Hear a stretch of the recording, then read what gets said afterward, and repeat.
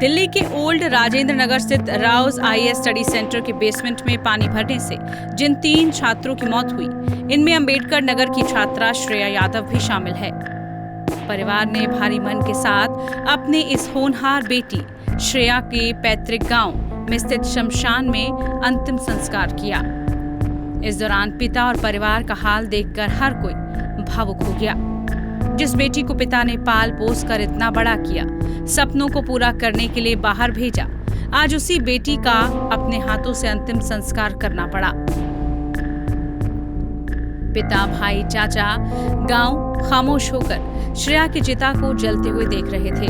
श्रेया यादव के पिता और भाई ने अपना दर्द मीडिया के सामने बयां किया।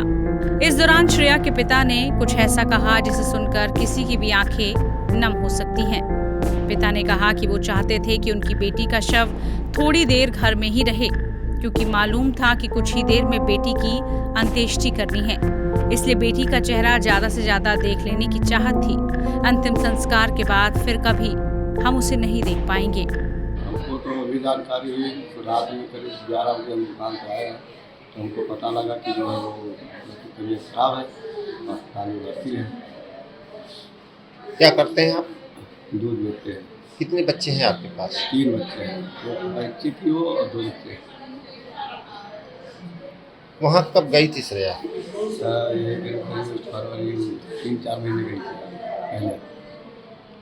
वहाँ की दिक्कतों के बारे में कभी आपको बताया था? नहीं, दिक्कतों के बारे में बता रही थी कि पानी भर जाता है, क्लास नहीं जा पाते और उसमें पानी भरता है। और आज हमको सूचना मिली है कुछ वो बेसमेंट में कोचिंग चल रही थी, उसमें रेगुलर पानी आता जाता रहता था। कल हमको सुनने में आया है कि वहाँ जो है क्लास चल ही रहा था तभी पानी भर गया।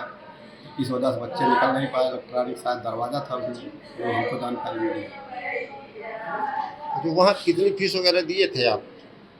1,65,000 फीस दिए थे, 1,80,000 की डिमांड थी, थोड़ा जो है रियायत किए थे, 1,65,000 फीस दिए थे।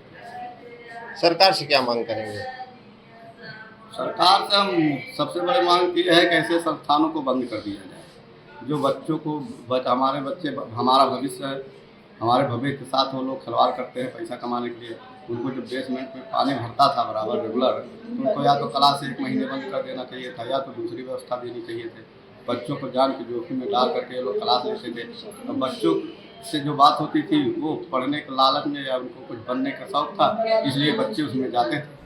श्रेया के पिता ने कहा कि अंत्येष्टि के बाद भी आंखों के सामने बेटी का चेहरा बार बार सामने आ रहा है। समझ नहीं आ रहा कि क्या करें और क्या ना करें। हमारी तो दुनिया ही उजड़ गई। बड़ी उम्मीदों से पढ़ने भेजा था, कभी सोचा ना था ऐसा भी होगा।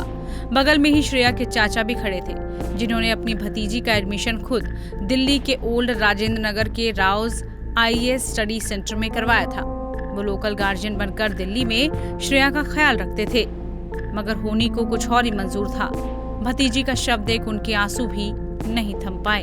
हम लोग आरएमएल से तकरीबन 2:30 बजे निकल गए थे पोस्टमार्टम के बाद, और एम्बुलेंस से वो लोग थे और दूसरी गाड़ी में हम लोग थे। पूरे रास्ते में कोई कहीं किसी तरह की असुविधा नहीं हुई। और यहाँ अम्बेडकर नगर डिस्ट्रिक्ट के बॉर्डर पर पहुँचने के बाद दवाना के SHO साहब थे, उसके बाद लगभग के जो SHO थे वो थे, तो 3:30 बजे तक हम लोग घर आ गए थे। सिर्फ व्यवस्था नहीं। योगी आदित्यनाथ ने ट्वीट किया है कि आपके परिवार के साथ सरकार और प्रशासन खड़ा है, आपको जैसे भी मदद चाहिए वो देगा। क्या मदद चाहते हैं? मैं सबसे पहले तो आदरणीय योगी आदित्यनाथ जी का आभार प्रकट करता हूँ कि दुख की इस घड़ी में हमारे साथ हैं, और उत्तर प्रदेश के मुखिया हैं, मुखिया होने के नाते वो हमारे साथ हैं, इसके लिए हम उनका आभार व्यक्त करते हैं। और इस तरह की जो घटनाएँ होती हैं, जो हादसे होते हैं, इसमें आप ऐसे समझिए कि हमारे जैसे मध्यम वर्ग के लोग करते हैं, इसमें 2 पीढ़ियाँ बर्बाद हो जाती हैं। एक तो हम लोग हैं कि अपने बच्चों पर सारा कुछ लगाते हैं, हमें इस उम्मीद के साथ लगाते हैं कि बच्चे का भविष्य अच्छा हो जाए, तो हम अपनी पीढ़ी का जो भी पूंजी होती है, जो भी कमाई होती है, सब बच्चे पर लगा देते हैं। और ऐसे हादसे में अगर 25 साल का कोई बच्चा अपनी जान गंवा देता है, तो ये उसकी पीढ़ी हमारी पीढ़ी बर्बाद हो जाती है। तो मैं चाहता हूँ इस तरह घटनाएँ रोकी जाएँ, प्रशासन कुछ इस तरह का काम करे। तो प्रशासन से मेरी यही मांग है कि ऐसी घटनाओं की पुनरावृत्ति ना हो, कुछ इस पर ठोस काम हो।